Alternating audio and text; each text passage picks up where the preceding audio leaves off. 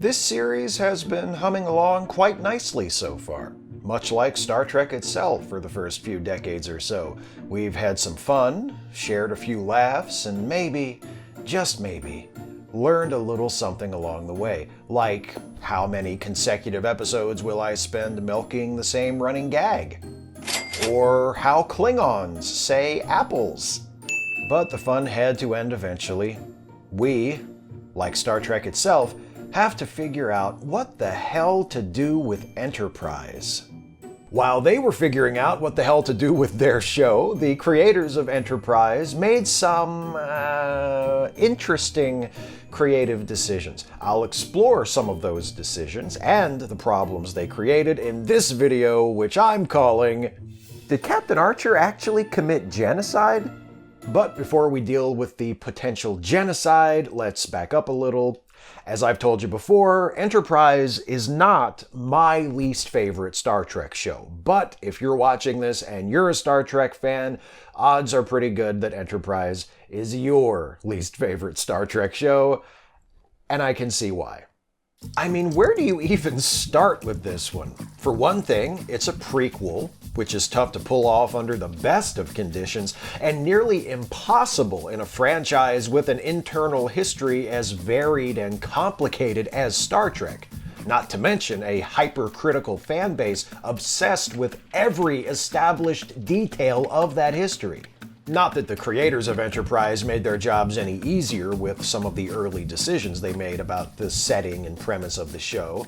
Enterprise would not only be a prequel, taking place roughly 100 years before the era depicted in the classic Star Trek series, it would also be set aboard the legendary, history-shaping, extremely important, and never before mentioned original Starship Enterprise. But you might say, if you're watching this and somehow learning of the premise of Enterprise for the first time, I thought that it had been fairly well established prior to the creation of Enterprise that Captain Kirk's Enterprise, the one that had previously been commanded by Christopher Pike, the one with serial number NCC 1701, no bloody A, B, C, or D, was the original Starship Enterprise. You're right, but the thing is, Kirk's Enterprise was the first Federation starship to be called Enterprise. The Enterprise depicted on Enterprise existed before the Federation was founded. So that is why that is. The show is full of those kinds of ad hoc explanations for why something which appears to be a direct contradiction of established canon is actually not a contradiction, and how annoying you find this to be will depend greatly on how invested you are in maintaining the integrity of Star Trek canon. Personally, I don't give a shit about canon most of the time, so I'm not really bothered by things like this newly created Enterprise being retconned into the first Enterprise. Truth be told, if the show was a little better, I probably would never even have given this a second thought. Despite certain inevitable difficulties stemming from its premise, there's no reason why Enterprise couldn't have turned out to be a great series. Sure, its status as a prequel created some problems, but it could also have created opportunities to expand the Star Trek universe by exploring neglected corners of it, or showing it to us in a way that it had never been seen before. There were several aspects of the show that I still like quite a bit, or at least think were good ideas in the beginning. I love the set design of this version of the Starship Enterprise, with its narrow corridors, catwalks, manually operated doors, and control panels featuring mechanical switches rather than the touch screens that had become the standard for shows set in the Next Generation era. I'm intrigued by the concept of a lower-tech Star Trek, one not quite as far removed from our everyday reality as most of the rest of the franchise. And thanks to the success of the film Star Trek First Contact, setting the show in the mid-22nd century made a lot of sense, both commercially and creatively. Why not use the show to explore what happens, how humanity changes and grows from the fragmented, war-torn state we glimpse in 2063 to the peaceful, enlightened, and influential species we see from Captain Kirk's time forward? Earth's transition from a backwater nobody's ever heard of to one of the leading worlds of its quadrant of the galaxy is a theme Enterprise touches on occasionally in its first 3 seasons and really puts on fast forward in its 4th and final season. Along the way, the show also depicts Archer and his crew grappling with dilemmas that we've seen many Star Trek characters have to deal with before. But because Archer and his Enterprise are in a prequel, when they confront a problem, they're doing it for the first time. Enterprise gets some decent mileage out of Archer and his crew checking firsts off their list. The pilot episode centers on first contact between Earth and Klingons. The 3rd episode features Archer and crew's first away mission to an uncharted planet. And about halfway through that first season, Archer has to decide for the first time whether or not to intervene in the internal affairs of another culture. And it's because of that episode that we have to talk about whether or not a Star Trek captain is guilty of genocide. The episode is titled, Dear Doctor. So the Enterprise, it's just Enterprise. This crew is too cool to employ the definite article in reference to their ship. Enterprise finds a spaceship with some guys on it, and they take the guys to sickbay, and one of the guys says to Captain Archer, "Hey, we're from Vallakis, we're sick, millions of us are dying, please help?" And T'Pol's like, "Have you met any other space people?" And Vallakian guy says, "Yeah, we met the Ferengi." Never heard of them, sounds made up. But since the Vallakians have already found out about space people and been visited by other warp-capable species, Archer and T'Pol decide that they should help them out with their little medical problem. So they visit Vallakis, and Dr. Phlox finds out a couple of things. First, this disease is even more serious than they thought. It's a genetic disorder, and it will probably drive the Vallakians to extinction in another 200 years. Second, the Vallakians aren't the only intelligent humanoids on this planet. There are also the Menk, who aren't as advanced as the Vallakians and are immune to the genetic disease. The Vallakians and the Menk share the planet peacefully, which is pretty unusual, but it's not an equal split. The Vallakians aren't overtly harming the Menk, but they're definitely marginalizing them. For instance, it's casually mentioned at one point in the episode that the Menk aren't allowed to live in areas of a planet where there's fertile soil. The Vallakians care for the Menk, they provide for their basic needs, but they also foster conditions that ensure that the Menk will remain dependent on the Vallakians and, therefore, under their control. So Archer chats up Phlox in the mess hall, asks how the whole curing the extinction level epidemic thing is going, and Phlox says, "Oh, that! I found a cure, but I don't think I'm gonna give it to him because evolution." Archer is like, "The hell?" Phlox explains, "The disease is caused by a mutation in their DNA, right? And that mutation has been occurring more and more frequently with each generation. Meanwhile, the Menk are really smart. They seem like they're on the way up, and in a few hundred years, once the Vallakians all die off, the Menk could really blossom and become the dominant species of this planet. So when that happens, what are they going to call the planet? Menkis? Menkia? Those aren't cool names." I don't know, maybe they'll keep calling it Vallakis, in tribute to their lost sister species. Oh, that would be super morbid, they're not gonna do that. Anyway, we can't let it get to that point. We have to give them the cure. We can't let millions of people die because of your theory. And Phlox is all like, "Evolution is not just a theory." All right, settle down, Richard Dawkins, that's not what I meant. The airport people took my honey. Look, let me sleep on it, okay? And in the morning, I'll decide whether or not we're gonna let an entire species that begged us for help die off. And the next morning, Archer strolls into sickbay, and he's like, "So I thought about it, and we're gonna let him die." Archer makes one final visit to the planet, tells the doctor Phlox has been working with that they can have some medicine that will treat the symptoms and extend the lifespans of people suffering from the disease, but no cure.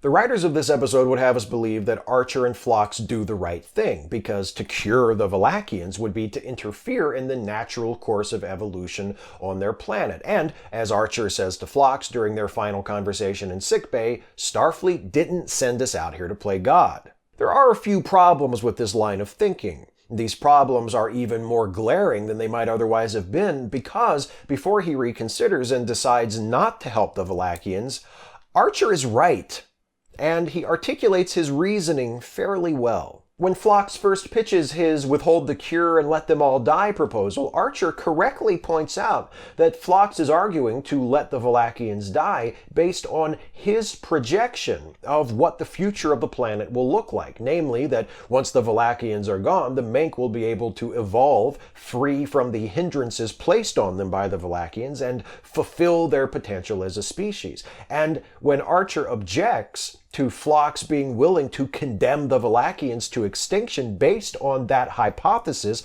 or theory, as Archer calls it, Phlox fires back that evolution is a fact, not a theory. Which is true, evolution is a fact, but Archer isn't disagreeing with Phlox over the fact of evolution. He's disagreeing with Phlox using his forecast of how evolution will proceed on Valakis to justify withholding a cure for an extinction-level epidemic. He doesn't spell it out, but Archer demonstrates a better understanding of how evolution actually works than Phlox does. Destiny is not a component of the evolutionary process. At one point, Phlox tries to support his position by citing the example of the Neanderthals, who once coexisted on Earth with humans. Phlox asks Archer what if some advanced alien species had visited Earth long ago and given Neanderthals an evolutionary advantage that allowed them to survive while humans went extinct. But a physician and scientist as smart as Phlox is supposed to be should know better than that. His Neanderthal argument isn't rooted in good ethics or science. It's an appeal to Archer's bias in favor of the survival of his own species. Humans didn't survive while Neanderthals went extinct because that's what was supposed to happen. That's just what happened. Phlox's analogy is also flawed because, unlike the Valachians, the Neanderthals didn't build spaceships and fly out into the galaxy looking for help, so far as we know. An advanced species of extraterrestrials that visited Earth uninvited and gave the Neanderthals some evolutionary advantage for their own reasons would seem to fit the description of playing God a lot better than the crew of Enterprise, who were asked by the Valachians to help them stop a deadly plague. Here's the thing, I get that the writers of Enterprise wanted to do a proto-Prime Directive episode, and that they wanted that episode to be about the captain making a difficult decision to not help people who need help. That's a good idea for an episode, and for the most part, they pull it off. Dear Doctor is a pretty good episode. It explores the various ethical and humanitarian issues at play in ways that are compelling and that reveal things about the characters, particularly Phlox. But when it comes to that central dilemma of whether or not to cure the Valachians, I think the writers outwrote themselves. Something I haven't mentioned yet is that Archer faces a second decision in this episode, whether or not to share warp technology with the Valachians. One of the Valachians they rescue from the ship and the Valachian doctor both ask Archer to give them warp drive so they can continue to explore the galaxy in search of other more advanced civilizations that might be able to help them cure the disease. Archer and T'Pol discuss this, and their conversation plays like a condensed version of what I think the writers hoped this entire episode would be. Archer is sympathetic to the Valachian situation, but he also recognizes that they aren't ready for warp technology. In fact, at their current stage of development, it would be dangerous. And teaching them the skills necessary to safely build and operate warp technology would require a long-term commitment of the type Archer is unable to make. T'Pol reminds him that Vulcans decided to help Earth in a similar way 90 years ago, and they're still there.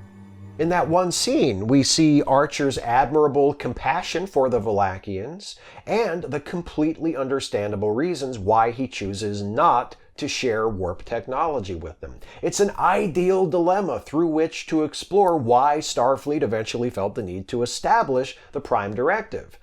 Unfortunately, It's only mentioned a handful of times in this episode. Dear Doctor is mostly about the dilemma over whether or not to cure the Valachians of their disease, and that dilemma differs from the warp technology dilemma in a very important way. Phlox has the cure for the disease by the end of the episode. That means the decision Archer faces is no longer whether or not to intervene in Valachian society, but specifically whether or not to allow these people to die. He has the power not only to help them, but to save them. Archer opts not to give the Valachians warp drive because of the all but unavoidable negative consequences that would result from sharing a potentially dangerous technology with a society that wasn't prepared for it. But the only negative consequence of curing their disease that is ever mentioned is disrupting evolution from its intended course, which is bogus because evolution has no intended course. Captain Archer does choose to intervene in their society. He gives them medicine to treat their symptoms. However, he withholds the cure. But is that genocide? In the opinions of a lot of Star Trek fans, the answer is yes. And I think there is a very compelling case to be made that Archer and Phlox are guilty of genocide for refusing to cure the Valachians and knowingly condemning that entire species to probable extinction as a result. But this conclusion is open to interpretation, and a lot rides on how you define genocide.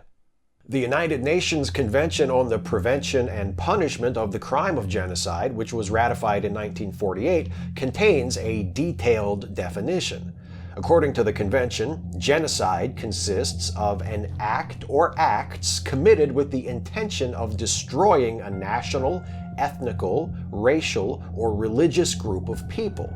The convention establishes 5 acts which, when committed with the intention of destroying the group, constitute genocide: killing members of the group, causing serious bodily or mental harm to members of the group, deliberately inflicting conditions of life calculated to bring about the group's physical destruction, imposing measures intended to prevent births within the group, and forcibly transferring children of the group to another group. You could argue that by withholding the cure once he has it, Archer is clearly guilty of at least one of these 5 acts, namely deliberately inflicting conditions calculated to bring about the group's destruction.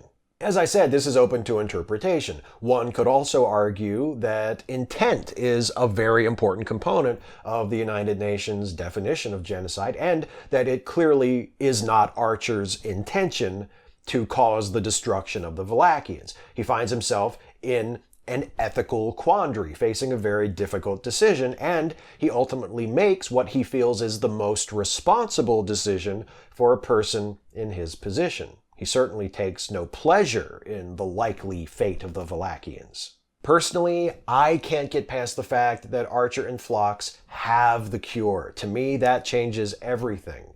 They have the cure, and they choose not to share it because by the end of the episode they have both agreed that Phlox's predicted natural outcome of the Valachians eventually going extinct and the Menk evolving to become the dominant humanoid species on the planet is preferable to the outcome that would result if they shared the cure. In other words, they deliberately inflict conditions calculated to bring about the destruction of the Valachians.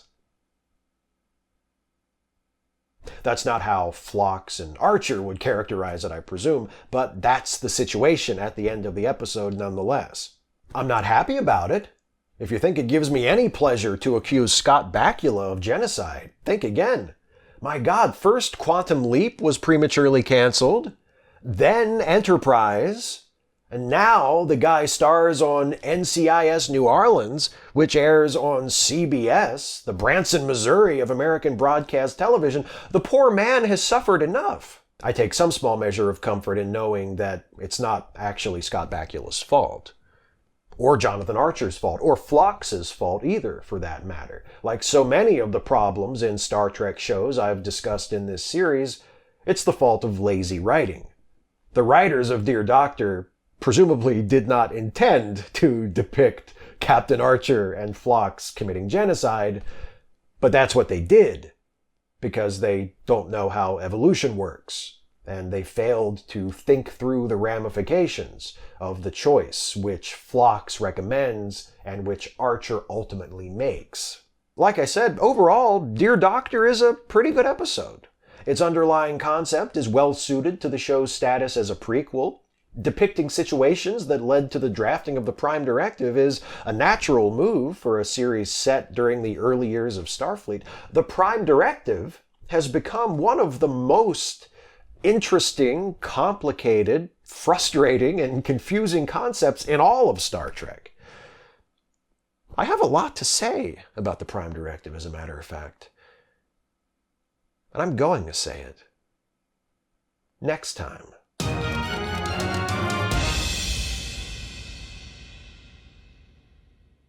Okay, that's long enough. Fade to black, fade to black.